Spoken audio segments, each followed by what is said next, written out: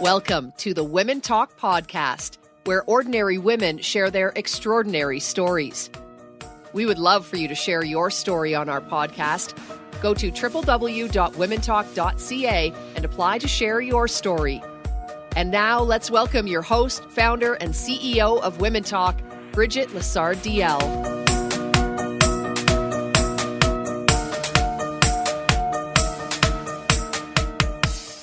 Lorna Selig is about empowerment, but most importantly, she's about physical empowerment. Lorna teaches self-defense and is the owner of Safe4Life. Lorna spends her days teaching men, women, and children how to be safe. She teaches you how to be aware of your surrounding and what to do if you are attacked. Today, she shares a story of a long time ago when she did not know any better. Let's hear Lorna's story. When I was about 25 years old, I was downtown Calgary at Electric Avenue. I was with a group of people, and I used a valet parking service while we were going into a little nightclub. So had the valet, took my car, parked my car, and we went in and had our night, did whatever, partying and carrying on that we were doing, and whatever you do when you're 25.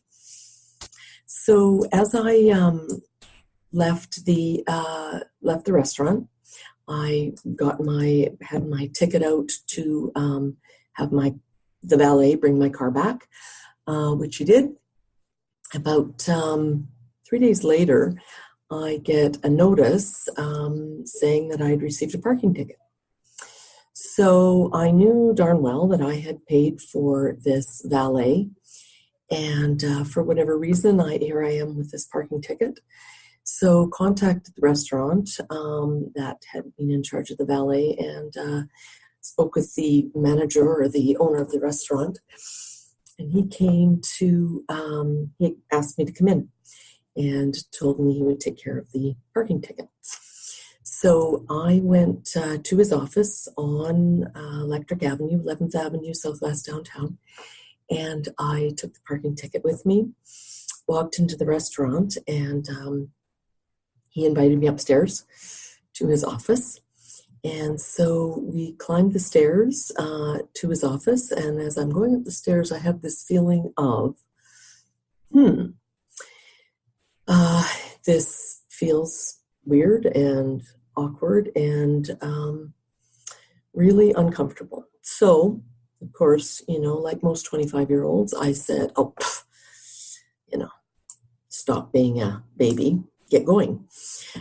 So I continued to climb the stairs, got up to the top of the building where we had where his office was located.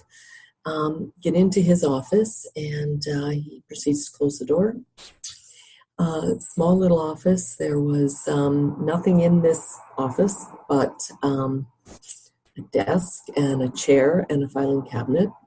So it looked to be put together in a very hasty manner. So I handed him the parking ticket, and he's standing with his back against the door.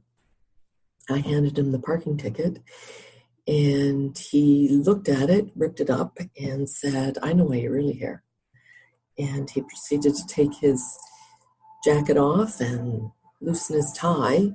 And I had that feeling in my belly of, oof, this is going to go bad in a real, real big way.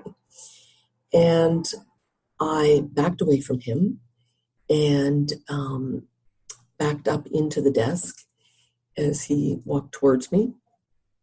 And I managed to get the desk between him and myself, and as he was following around, saying to me, come on, we really know what you're doing here, and making all kinds of lewd and suggestive comments to me, and I managed to get myself around the desk as he was lunging for me, I managed to get to the door and raced down the stairs and got into the street, heart pounding.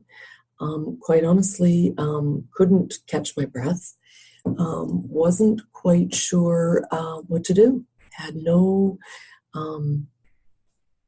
language, had no sort of understanding about what next steps could be, should be for myself at that stage of the game.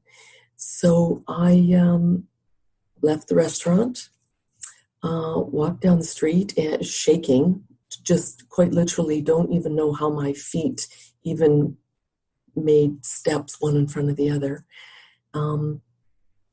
But got to my car and drove back to my office and phoned a friend of mine who happened to be a lawyer.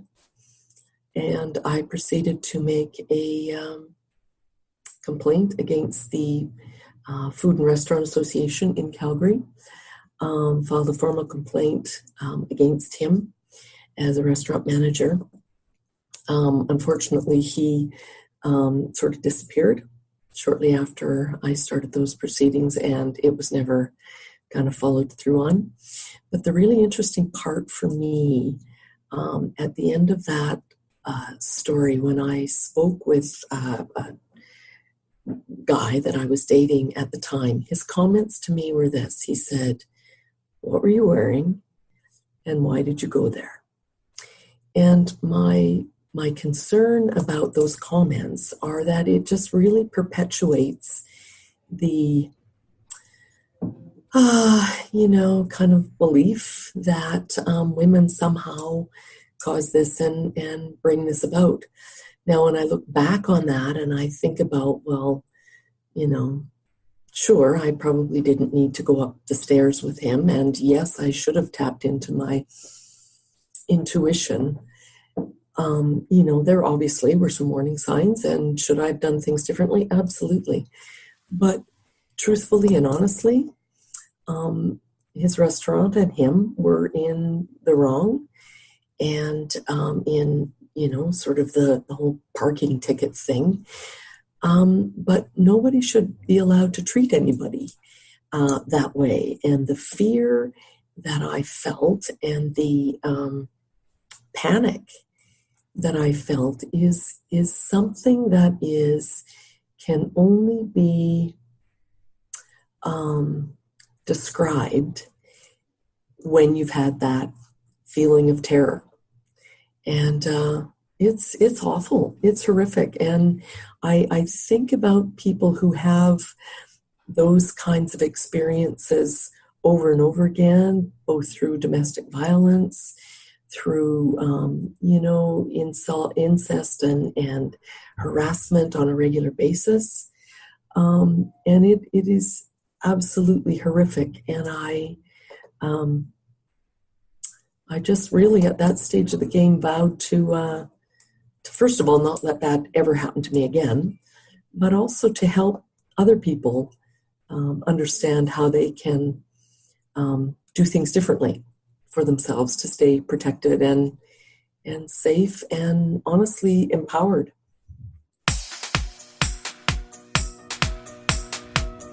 Do you want more out of Women Talk? Sign up for our Women Talk membership today. Receive discounts at all of our live events, talk on more stages, receive free monthly webinars, or host a webinar yourself.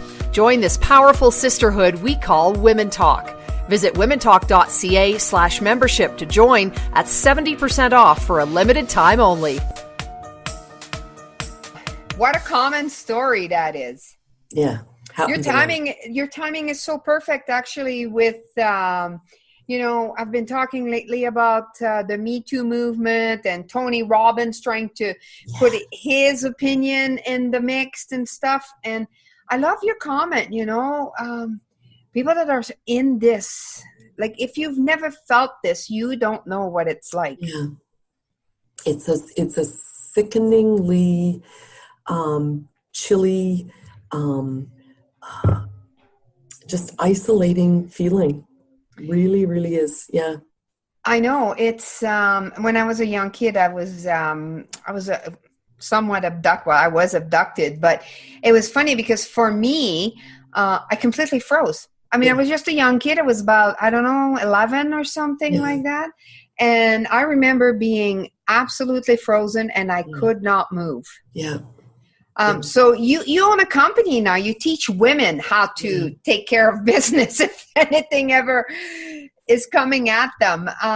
What would be your first piece of advice if you get put in a situation like this? What's the first thing you do? The first thing you need to do, Bridget, is you need to holler and scream and yell and shout. You want to first of all, you want to let the attacker or the perpetrator, whoever that might be, know that that needs to stop.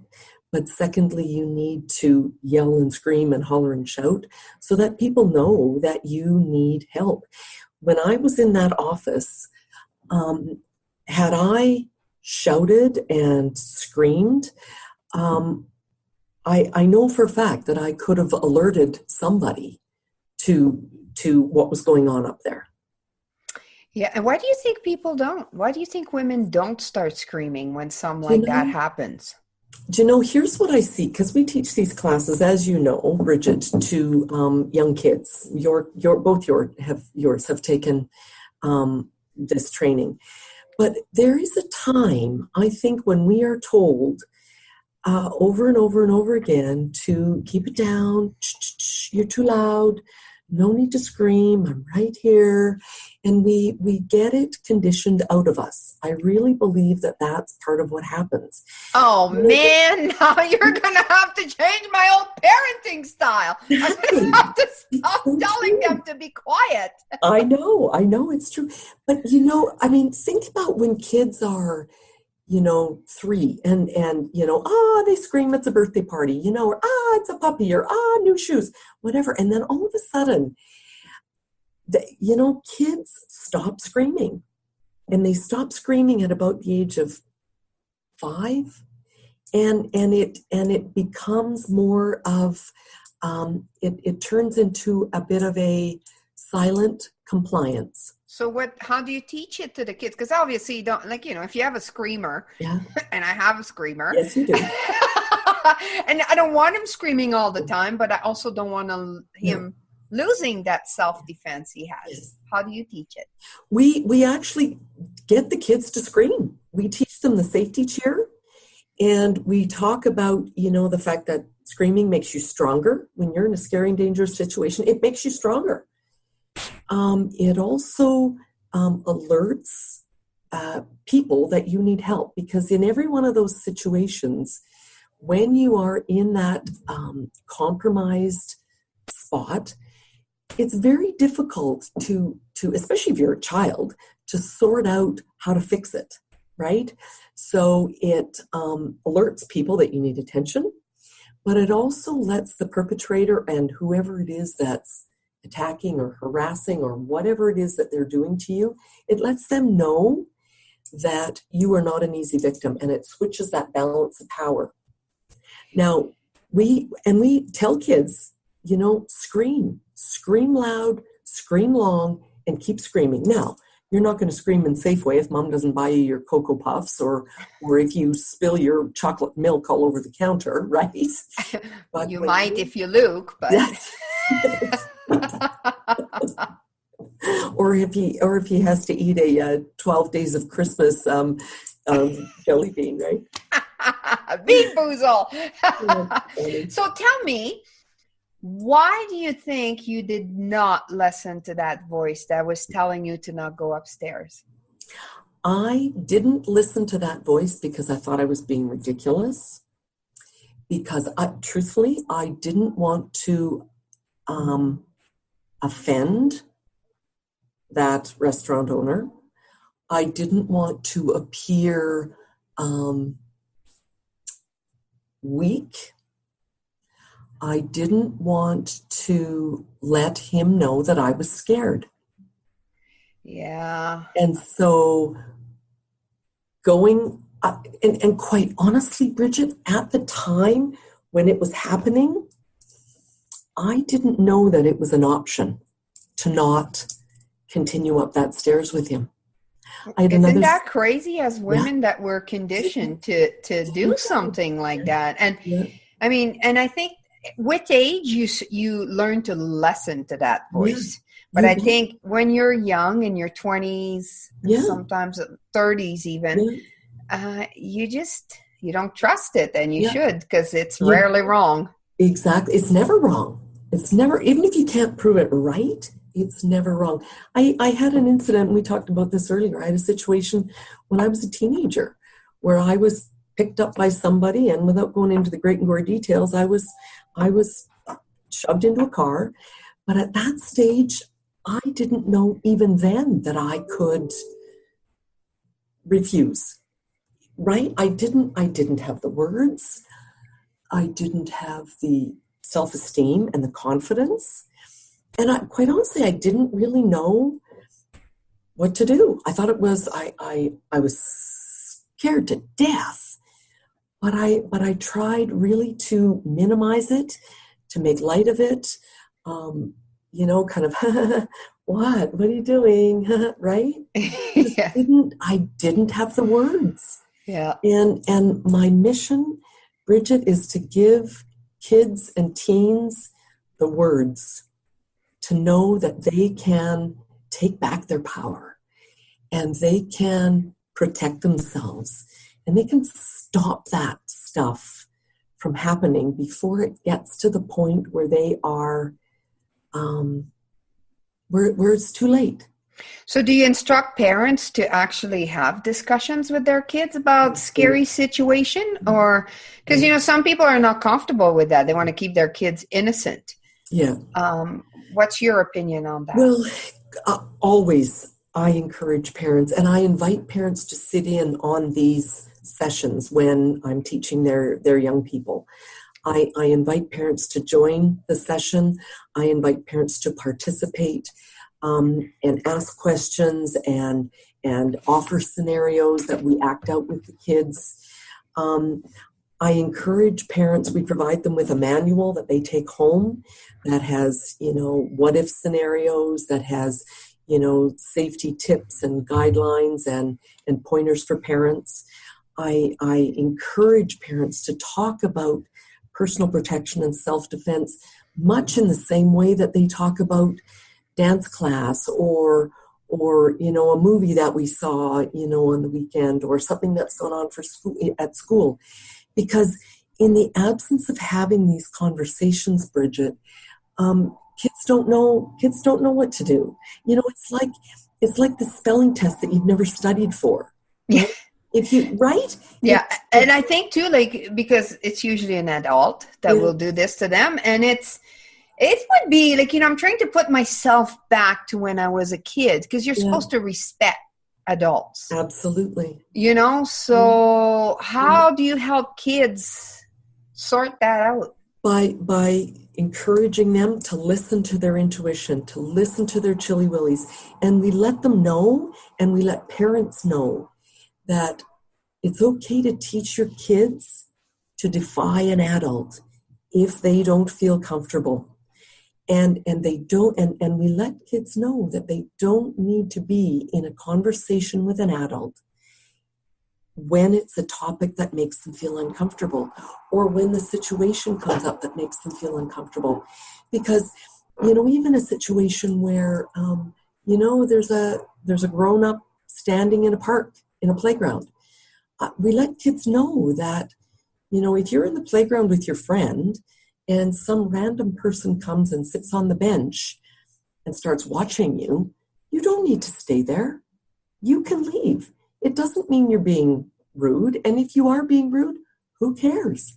Your self-protection, your self-preservation and confidence and comfort, far more important than somebody that you may likely never meet again. Yeah, and I have had personal experience. I was in Cuba. Yeah. And we were being followed. It was me and my girlfriend, and we were being followed by two guys. And they spoke English, and at first it was all very helpful. But all of a sudden, like, I got scared. Yeah. We were in a foreign place, narrow, and it was amazing because I think I've had an experience as a kid, and I know what happened to me, and like, you know, it's and that instinct immediately got into the real masculine, very aggressive, and screamed at him right in his face, both of them, to get lost. Yeah. And I think I really shocked them. Yeah. And they laughed. And this was years ago. This was like 10 years ago, if not more, maybe 15. And I still have that feeling that I may have saved my life that day. Absolutely. And you never, ever know. And the thing of it is, Bridget, the thing I love about that is that you reacted based on your instinct, right? Which is really a proactive approach, rather than waiting for something to happen. So then you are needing to fight to get out of it. Right? So you're better off, you know. Even if you can't prove it, their intention might have been nothing. But the fact that your instinct told you to make a move is probably, well, definitely what saved your experience right there. They might not have had any ill intent. Who knows?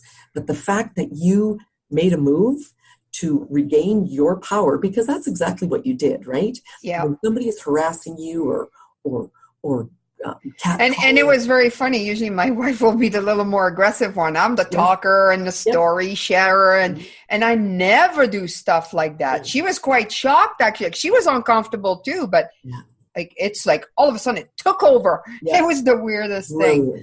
Now, with your company is called Safe4Life. Yes. And you also teach women, right? Yes. Self-defense? Yeah. Women and teens, we do. So how does that, do you teach very similar things? The one when you teach the kids that what you teach the women? Yeah, absolutely. And you teach men? And we teach adults. Yeah, adults and teens, absolutely. And our adult and teen classes are actually taught by City of Calgary police officers. So these are boots on the ground officers who have lived it, know it, breathe it, teach it, see it. And they offer a one-of-a-kind program to teens, anybody over about the age of, sort of 14, 15, 16. Brilliant program all the way up through adults. And we actually have a program as well, Bridget, for seniors. And so the content... Oh, I like that. Yeah, perfect. The content that we teach is very similar to that of the children's program. However, obviously it's geared, with a little more maturity and much more kind of, I guess, directness and... Okay, what I'm dying to ask is, do the seniors get to kick the blue guy? No. Well, no, we do not bring the blue guy into the Because I must say, you came to our convention, The Wonder of You, last year, and you brought your blue guy in a room full of 120 women. Fun? It was so amazing. I highly recommend it. If you have an event and you just hire Lorna to come and teach a class, and we'll stir it right up. Well, but I must say, it's a bit unnerving. Like, although I'm laughing and I'm giggling about it, but it's unnerving for women to have that physical aggressive. Well, but it's also, and it's hard to watch though too. I know it really is. Sue went up toe to toe with the blue guy. We did a scenario with Sue, right? Yeah. And it's hard. And Sue's my wife. Yes. And even now, still for me, it's difficult to watch somebody be attacked, right? Yeah. And that was the scenario that we presented, because if you remember, first of all, the blue guy attacked me. And that was the part I was going to bring up, is that when he attacked you, you used this most unbelievable, powerful, loud, hair curling scream that it affected people. It was scary. Yeah, it is. And you know what, Bridget? My scream is so loud because I practice it every single time I teach a class. And that's how we get these kids to practice it. To practice it. You need to do it. You know what? How do you get good at putting makeup on? You practice it every single day. How do you get good at singing? You practice it every single day. Oh God, don't go there. Well, maybe not you, but I can scream real good, but the singing. but how do you get good at anything, right? Yeah, You put it in no, your head and you totally. practice it, right? So when people come and take your courses, like, is it a one-day thing? Is it a weekend? Like, how does that look? Yeah. So our kids' classes are a 3-hour session. Oh, that's nice. Yes. Boom. Yeah, and it's nice. And we teach, and again, we teach with the intention that the parents will continue the learning, right? So we give you a manual when you leave, and we want to have the opportunity for these kids to kind of continue with the skills that they're developing. We invite people to come back. They can come back 15 times and audit a class. We'll never charge you to do it again. That's brilliant. I love it. Just because it's like a spelling test, Bridget. If you're learning how a skill in, I don't know, whatever, math or calculus, whatever you're learning, you got to practice it, right? And you got to keep it at front of mind. The adult and teen classes are all 4 hours as well. Again, the last part of the class for the adults and teens is a session with the Blue Man. Now, this is super, super important because when we get to go toe to toe with the Blue Man and actually, first of all, feel what it feels like to be attacked. If you've never been attacked, you don't know that real feeling of fear. But more importantly, it's feeling what it feels like to defeat it.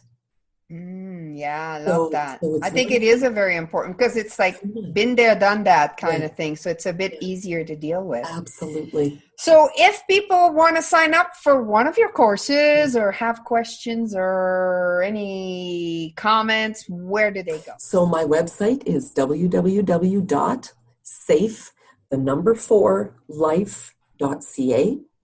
And for our listeners, Bridget, I'm going to offer 20% off of our regular pricing for either a Safe Kids class or a Safe Adult, Safe Teen class. And to get that special pricing, they can email me at info@safe4life.ca and just mention Women Talk, and I will give them that pricing. Woohoo! We like a good deal. Awesome. And personally, my kids have taken the program, and I highly recommend it for children and adults. Awesome. Thank you for sharing your story, Lorna. Awesome. Have a great day. You too. Bye-bye. Bye-bye. If you have a burning desire to share your story with our audience, apply to be on our podcast. To apply and find a full list of our podcasts, go to www.womentalk.ca.